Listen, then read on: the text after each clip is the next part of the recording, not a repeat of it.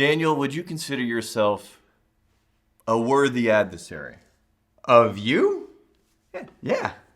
Huh. What if I told you I have a new arch-nemesis and you've been sidelined? Ah. I'm looking at you, Eric Benson. Gingers. Not only do I insist you pull off the shelves every issue of Texas Monthly.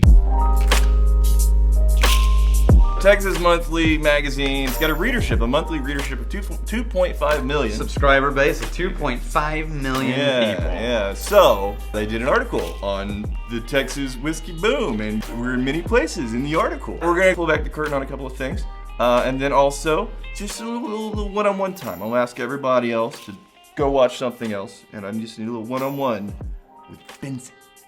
How about we start with the first licensed whiskey distillery in Texas? Yes, Garrison Brothers. Garrison Brothers. Dan Garrison is the one we know. The article, broad strokes of this thing, it's talking about what is happening in Texas with the whiskey scene, its role on the larger world stage of whiskiness, the things that have brought us to this point in a relatively short period of time. Very short. Right. As a matter of fact, Veach, the historian, Michael Veach, whiskey historian, so there's no record of a legal distillery in Texas prior to Prohibition. Right. Now, does that mean Texans weren't making whiskey? Well, probably not. You think Texas, and you think Old West and cowboys, and give me a whiskey.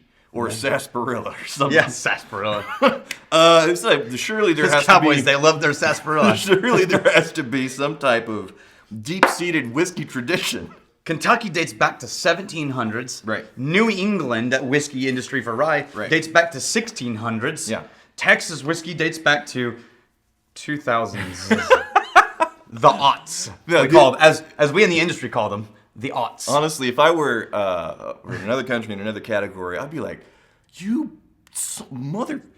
How did you get, in 10 years, how did you go from nothing to winning all the awards in 10 years? Now, the article opens with Ty Phelps in Andalusia. Yeah, that sexy man beast. I think that... I like how they called him alive. Actually, as much as I have a beef with Benson, yeah, I think opening with Ty was perfect, because Ty Phelps is such a soft-spoken, understated artist dude. The amount that he has been vital to the Texas whiskey scene, behind the scenes for, no recognition or fanfare. Or, supporting other distilleries, help them build things, help them fix things. Yeah. Let me put it this way. Without Ty, I think some of the distilleries in Texas would not be where they are right now. I agree. And he's gracious. So it's nice to start the Texas whiskey with someone as gracious as Ty and Eric. Yeah. We did an episode with Ty. He peats our Maris Otter malt with the Irish peat that they use for Revenant. Yeah, we did. Which reminds me, do you want to try some? I do. Revenant? We did an episode with Ty. I'll link it up here while he gets that. Now, admittedly, one thing that Benson did really well was handle the situation where Garrison Brothers and Malconas, back in the day, they were absolutely rivals. Yeah. And they're trying to be first to market. And I think Garrison... is the classiest way you could have addressed that whole storyline. He acknowledged that Malconas Chip beat him to the market with a really young whiskey, and it broke his heart. And that was the perfect quote. Yeah. It broke my heart. That was classy. That was some classy shit. All right, So, I actually got Striker. Yeah. They're using Texas wood in place of peat. Oh, right on. A pretty central theme in this article is the role of the Texas Whiskey Association. Okay, now this is a new association that sprung up within the last year or two. Last year. I mean, it's been in the works for 5 years, but it's real in the last year. It was all about the rivalries in the early days. Yeah. And so the Texas Whiskey Association, Spencer Whelan had this idea of, hey, let's all kind of get together and form a collective and turn the identity, the label of Texas whiskey into a specific thing instead of just a generic idea. Because even in the early days, the situation that was happening was the world recognizes that Texas is a brand. Yeah. Just period. Even in the early days, a whole bunch of bigger companies have been sourcing things from everywhere else in the world and then slapping Texas all over the bottle. And people have been pretty surprised to find out that some of the things they were drinking weren't actually made in Texas. Yeah. And some of them weren't even aged in Texas. Right. No, we've gone on the record many times before. We have zero issue with sourcing. We No, think the creative flexibility that allows you to blend and finish Yes. weird, interesting things. That should never change. But we also, it cannot be at the expense of transparency. Right. People absolutely clearly have to know what's in this bottle, where did it come from? Now, the association was established in, about a year ago. Right. 2018 in September, 12 distilleries, including Andalusia, Balcones, Guernsey, Right. they got together and formed. Now, before that happened, there were some unofficial meetings of distillers to get together and even float the ideas of, should we pursue this? Like, Is how this do we something make worth this doing? happen? What does it look like if we formalize? Yeah. What are the Now, rules? But the first real meaty conversation where things started happening, this was at Andalusia. Yeah, the first one we got to be a part of, Yeah. where things really started moving, where we got to join. The only concerns that people had were basically just going to limit creativity. Right. And the answer is no, do whatever the hell. As a matter of fact, in our original rules, what we said was, if you even have one Texas whiskey Right. in your lineup of 30 things, Right. you can be in the Texas Whiskey Association. Sure, but that being said, all of the things need to be clearly Yes, labeled. but there are two requirements. One, that the only the Texas whiskey gets this Texas whiskey label. Right. And the other ones have to be clear about where you're getting in from and where you're sourcing and that they are sourced. Transparent, And clear, that's it. honest label. One of the things you were quoted as saying, because you sat down with Benson. I did. I like Benson. He's not my nemesis. Now, we No. sat down and I said, I think Texas is primed to be a definitive category of whiskey as much as Ireland, Scotland, and Kentucky. As a matter of fact, when you read quotes from Cowdery Right. or from the famous Jim Murray in the Whiskey Bible, Yeah. they all say there is something definitive about the taste and flavor of Texas whiskey. The word terroir is being thrown around a lot. We explored that in Ireland in this video Yeah. up here. Does terroir make a difference in whiskey? I think Cowdery got it most correct. Yeah. Which his description was, it still has all of the youth that you expect in a young whiskey. Yeah. Of the grain-forward, heavy, dramatic flavor profiles. But it's more tamped down than you would expect for being so young. Yeah. And the other barrel depth notes are so dramatic Right. that they make you sort of stand up and pay attention. The richness of those flavors. Yeah. That's the name of the game whenever you're aging, finishing even whiskey in Texas. Yeah. It's not letting it get overly cooked in that barrel. We have a problem that a lot of other climates don't have, except Right. for in our heat, like maybe New Mexico or Yeah. Arizona. We need to buy time. Right. Like other people trying to figure out how to get it out of the barrel quicker. Right. We're trying to figure out how to keep it in the barrel longer. Right. Without ruining it. Yeah. There's a very common idea of, older whiskey is better whiskey. Right. You can definitely overage whiskeys, especially in hotter climates. Look, even in Kentucky, you can find some of those orphan barrel releases that are like 20 plus years old. Yeah. And you taste it and you're like, wow, that's like chewing on a barrel. That's hardcore. Yeah. Usually the way associations work is they're just advocates for an industry and they have conversations with lawmakers and lobbyists. We wanted the Texas Whiskey Association to be something much more engaging with enthusiast whiskey lovers, hence You want to know? the Texas Whiskey Trail. And actually, the trail. The reason why the trail exists, Right. I think, is because if you legislate, then you make rules through demand. And no, you can't. Right. But if you move through popular opinion, then change is more positive change. Yeah, and it's, You know what I it's mean? change that people want. Yes. Moving the change of what Texas whiskey is through the people. Right. It's a far more positive, and it allows everyone to get on board, allows everyone to realize where their best interests are. Sure. Instead of someone making a law and coming down and going, you can't do that, slap, slap, slap. Right. Well, let's be honest. If there's an association of a relatively small number of people, and they're the decision makers for this category within the industry, in this niche, then it could be a very self-serving set of rules and guidelines and regulations. Absolutely. Because, well, I make money this way, and I prefer to do it this way, and then all of a sudden consumers are stuck with these parameters that have no bearing on what they want to buy and what they want to taste and what they want to experience. Yeah. It's just the guys that make stuff, they got an association that know the lawmakers. Let the They put customer's together- money talk. Yes, that was Now- the whole point. Keep in mind that it is real. Like, we started this group, and the two top-selling Texas whiskeys currently Right. that aren't entirely Texas whiskey. Right. The top-selling whiskey in Texas, Okay. that's sourced mostly. Which is perfectly fine. But it doesn't say it anywhere on the bottle. So we started an association with 12 people. Right. And the two number one selling products on the shelf currently Right. are sourced mostly and weren't in the association. So what we have found and what the Whiskey Tribe has proven time and time again, you can source, you can blend, you can finish, you can do all of these things. People don't care about any of those things. People care about, does it taste good? And are you being honest? And what's the story? Right. Because that's it. The name of the article is called The Wild West of Texas Whiskey. And I think,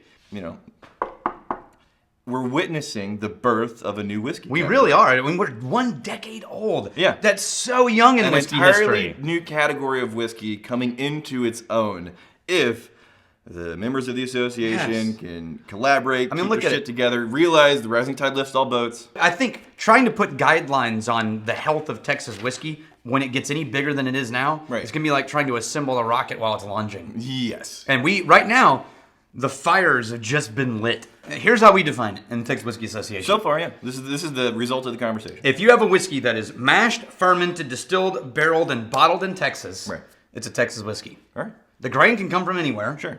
And that's it. And just for one bottle.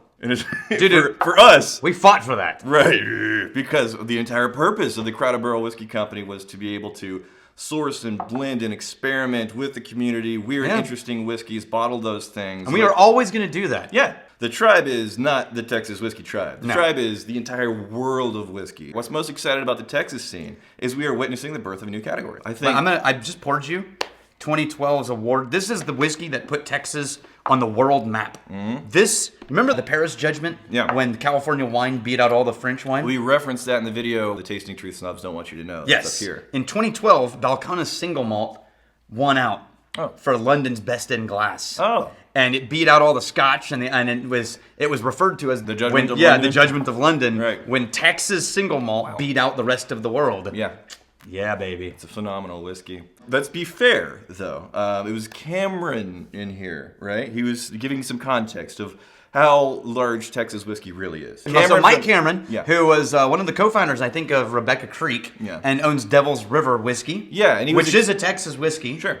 And he's not in the association. Right. But the thing about the association is it exists to promote all Texas whiskey, not just members of the association. And the point he made is an absolutely accurate and fair point. Because we think Texas whiskey is small. It's a little... It's still small. Yes. And that's the thing is even the biggest players are not that big compared to the world whiskey stage. Right. In my mind, that's the perfect time to set healthy communicative boundaries. Well, that's entirely the point, right? The fact that it is small and there is that much attention and interest in... And room for growth. In room for growth, this much opportunity. It's like, well, yes, you're right. It is small and it doesn't have to be. You know, my fear is that this is what's happening in Japan right now. Yes! Japan won whiskey in the world. Overnight, there was this worldwide craze of must-own Japanese whiskey. Right. And they couldn't keep up with the demand. Thanks, PewDiePie. Yeah, and Jim Murray, actually. They couldn't keep up with demand, and so now all of these smaller labels are sourcing Scotch. Right. Because there are no rules in Japan on what Japanese whiskey is. Right. And so all of these labels are flooding the market that are not Japanese whiskey, they're sourced whiskeys. Right. And there's currently, it only took, 3 or 4 years before it went from king of the world to this huge blowback of industry disdain of Japanese whiskey's bullshit because you can never tell who made it, right? Texas could follow that same trajectory if we can't make it clear what people are drinking. You know what's cool is that, you know who else gets that is Milam and Green. Oh, yes. It was Ben Milam and is now Milam and Green. Well, that's the other... Attracted world-class talent. Heather Green. She wrote Whiskey Distilled. Left, was it New York? Yep. She wrote Whiskey Distilled, one of the most celebrated books. Yeah, she's a whiskey sommelier, world-class taster, and she came to partner with Marcia Milam. Now, here's the thing. They're still sourcing and blending stuff. Of course. But Heather and Marcia together decided, let's make sure that we're telling exactly what's in every bottle. Yep. Now, at the same time, they also brought in Marlene Holmes, who spent 2+ decades at Jim Beam. So they're making kick-ass world-class whiskey on their own as well. Right. But they're not going to walk away from blending. Yeah. They're not going to walk away from sourcing and creating interesting whiskey. Of course not. And they're a part of the association.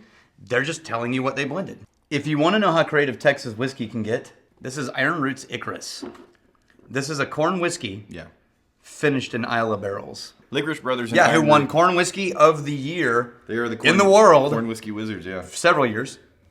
Oh, that's so good. Right. I just picture the Licorice Brothers, soulless gingers. Right. And I like the whiskey more. Well, is it saying soulless ginger redundant? That's true. Right. Gingers. Yeah. All right, so returning, I sat down with Benson. Yeah. Actually, I walked around the whole campus with him for about an hour and a half. Yeah. With no Rex. I'll tell you, man, he did his best to cover what we do in this article. Oh, he talks about the tribe. He did the such a good community, job. the YouTube channels. Now, The story was so much bigger. As a matter of fact, the tribe just recently got the 100,000. so whenever Wait, where's my glass of Whenever whiskey? you reach subscriber milestones on YouTube, they send you an award. This is the 100,000 subscriber reward. Oh, a letter and a card. Okay. Oh, that's nice. Cheers. Temporarily covering up some names for this video. Thank you for subscribing. It helps out the entire endeavor immensely. Yes, it does. Oh, and then it starts talking man. about, if Chip Tate and Dan Garrison are the Texas whiskey industry's swashbuckling pioneers. Swashbuckling. Pioneers. Then Whittington is something like its clown chieftain. The f*** do you want about Benson? This hobbity pile? Here's the thing, I take You that as a think compliment. this is the clown freaking chieftain? That's right. Benson, just between you and me. Everybody else click Go away. ahead, Everybody okay. else click away. Everybody else click away. I'm gonna take a seat over Me here. and Benson. What on this channel could possibly lead you to believe there's any clowning around? The picture of grace. You ready to do this? For science? And glory. Can you see it? Oh. You went a little long on that one. SodaStream does not have that mechanism. I called Eric, Yes, you called Eric Benson. Yes, sir. and I was like, hey man, Give me his number. I think you may have crossed the line with Rex. I'm going to put his number right here on the screen, but no. Have you watched any of the episodes of the Mooch story? And he said, no, I haven't watched any of the episodes. All right. Yeah, it seems like it'll be some pretty, low-hanging fruit in terms of research, Eric Benson. I'm going to write about something. I should know what I'm writing about. That, not necessarily, a big ask. I'm assuming this is your job. This isn't like a part-time gig. Here's the problem. Yeah. Eric was obviously drunk off his ass on the sarsaparilla. This was such shoddy journalism. To name you... The clown chieftain. Name you the clown chieftain and not me. Not only do I demand a retraction, not only do I insist you pull off the shelves every issue of Texas Monthly and throw it in the garbage pile, I will prove to you once and for all that if there is one clown chieftain in the whiskey tribe, it's f***ing me. We must settle this in the old ways. What is the mark of a true clown chieftain? They must stand firm, unblinking, in the face of mortal danger. Mortal danger? Yes, whiskey-induced shenanigans. Uh-huh. Look, man, I didn't write the article. You can be clown. Silence! I will not be anointed by pity.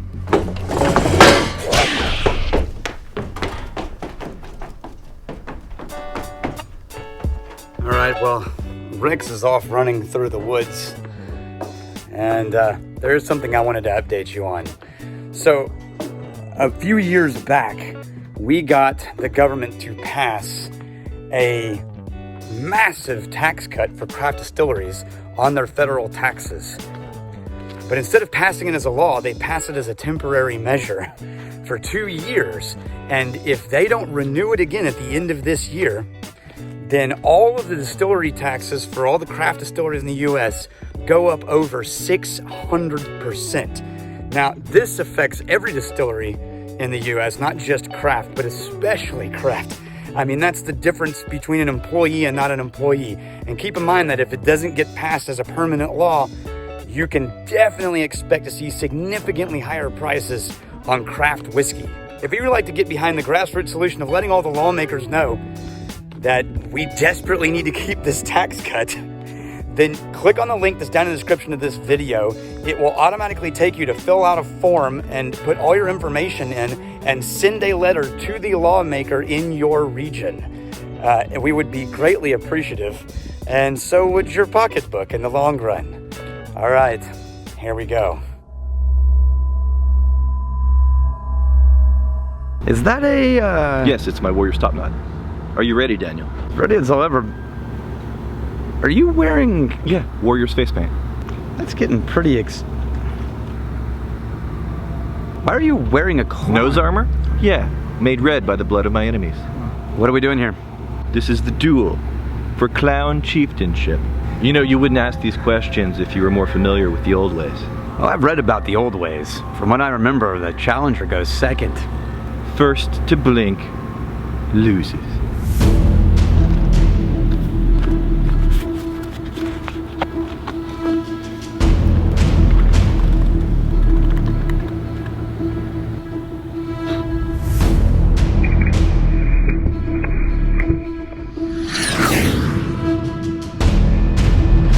My turn, Daniel. How many steps? As many as you want. Wait, not the face. That's the moneymaker. Shit. I'm not blinking! I'm not blinking! Invincible. Take notes. I'm not blinking! I'm not blinking! I'm not blinking! I'm not blinking!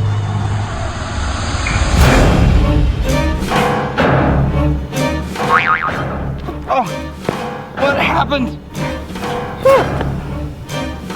Didn't break. What?